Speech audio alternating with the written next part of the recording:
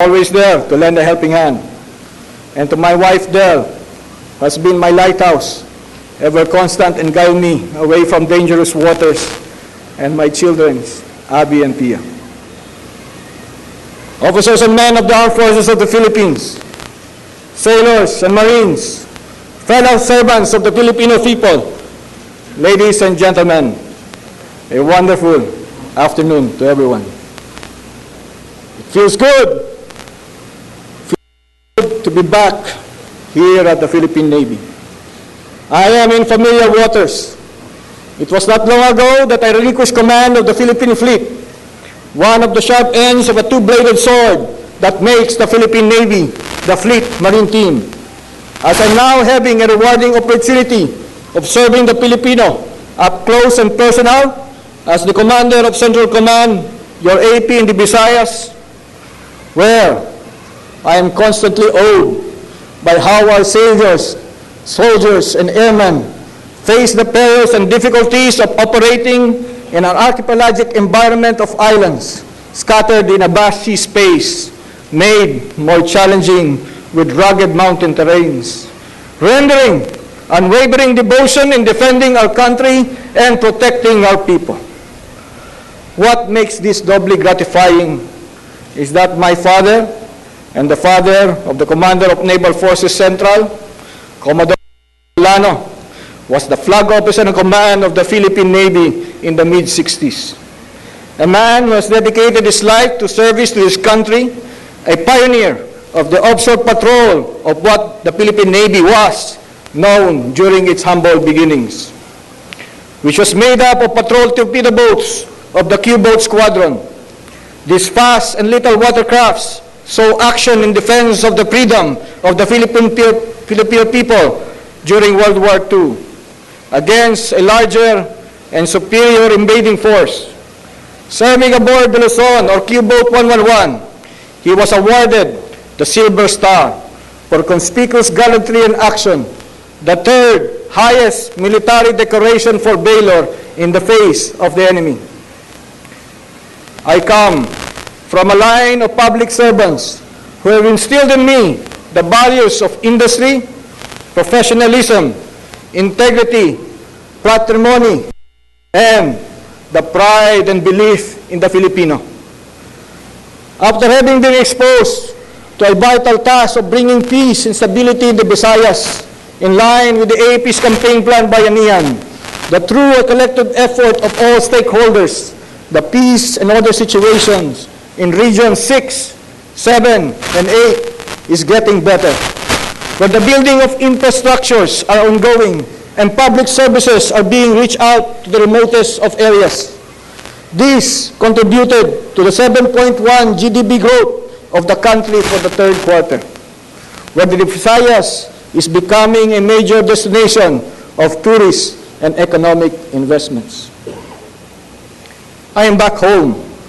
I am back home to home port among shipmates and friends, where I look forward to rolling up my sleeves with a salty breeze on my face and do what a Navy man does, and that is to man, sail, sustain ships, and that includes Marine Battalion landing teams, naval aircrafts, SEAL teams, and Seabees battalions.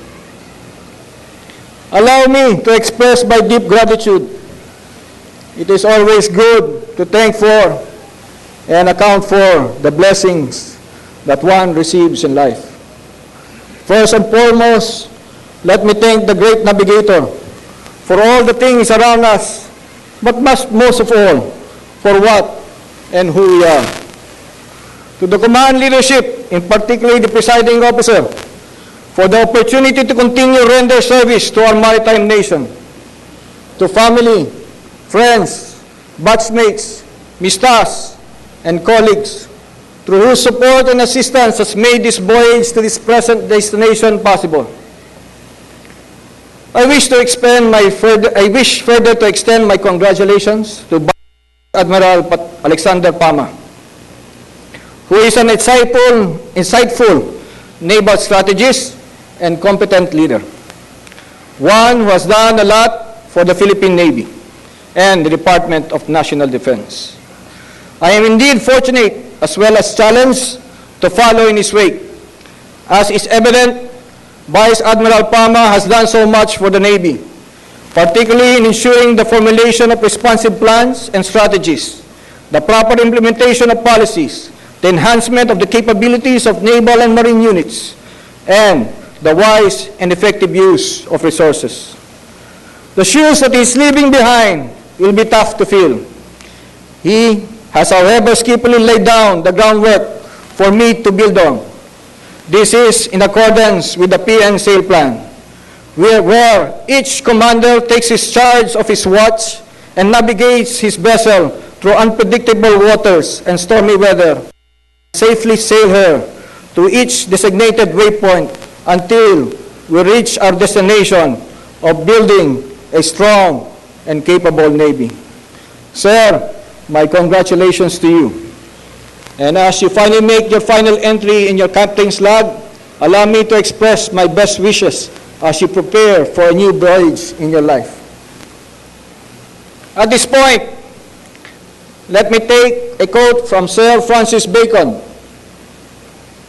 If we are to achieve results never before accomplished, we must expect to employ methods never attempted before. We are in exciting times where the Philippine Navy can make a major contribution to the armed forces of the Philippines in the pursuit of its mission and objectives. It is but up for us to seize this golden opportunity, since the presiding officer has taken helm as the President of the Republic, Commander-in-Chief.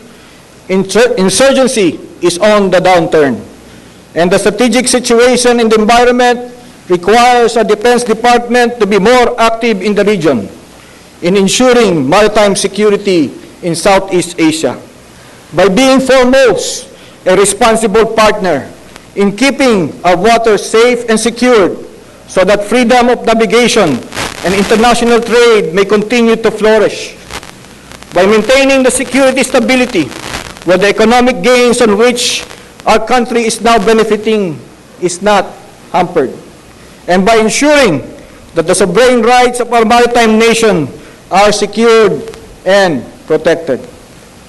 In response to the developing situation, in line further with the Higher Command's guidance, coming from no less than the Commander-in-Chief, for good governance and reforms, as well as the stress for the respect of the basic rights of every individual as we perform our duties, the Navy, to be relevant and responsive, shall in accordance with the defense system of management, continue to review its maritime security strategy of active archipelagic defense in such a way that through an accepted scientific, quantitative, and qualitative process, prioritize the desired force mix so as to clearly address the essential capability gaps.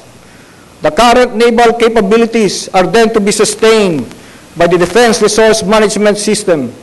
Further, to ensure that the execution of the DSM is transparent and treading the straight path, we will continue to pursue the PNCA plan, which has seen breakthrough results with its balanced scorecard cascading down to line units, with our 4 major units of the Navy being ISO certified.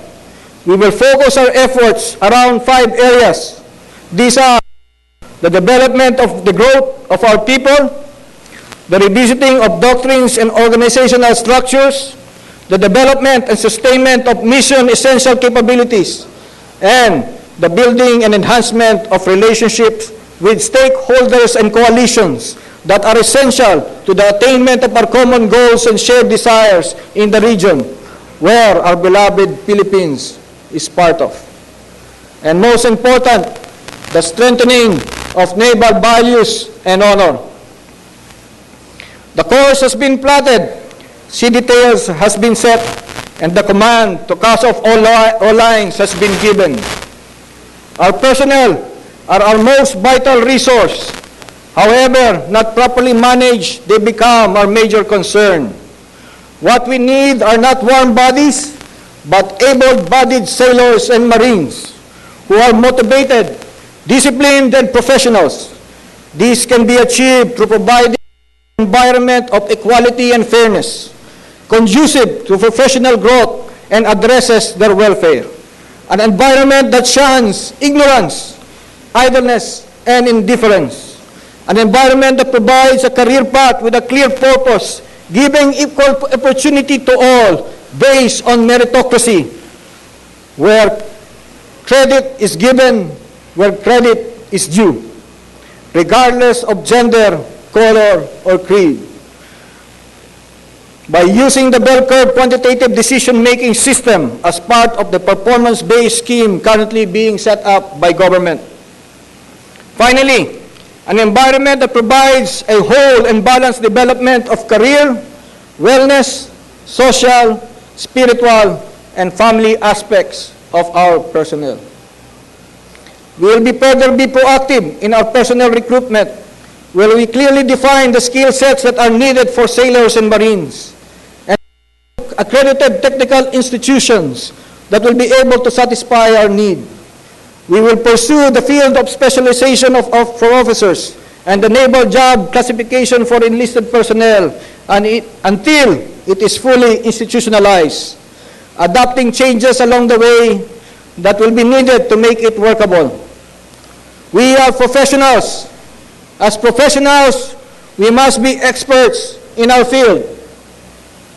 I come at an opportune time when we are splitting up the new capabilities like the wrecks, frigates, naval helicopters, MPACs, AFVs, as well as individual marine and special warfare combat equipment. We will rationalize current operational assets, review the modernization program, taking a deliberate look at the phase-in and phase-out scheme, removing the excess baggage of old and antiquated ships and equipment. That continues to be heavy burdens on the logistics system, and submit recommendation on the type capabilities that will further make us relevant as a relevant service of the armed forces of the Philippines. One that will be able to truly secure our maritime domain and the resources that form part of it for the Filipino and our future generations.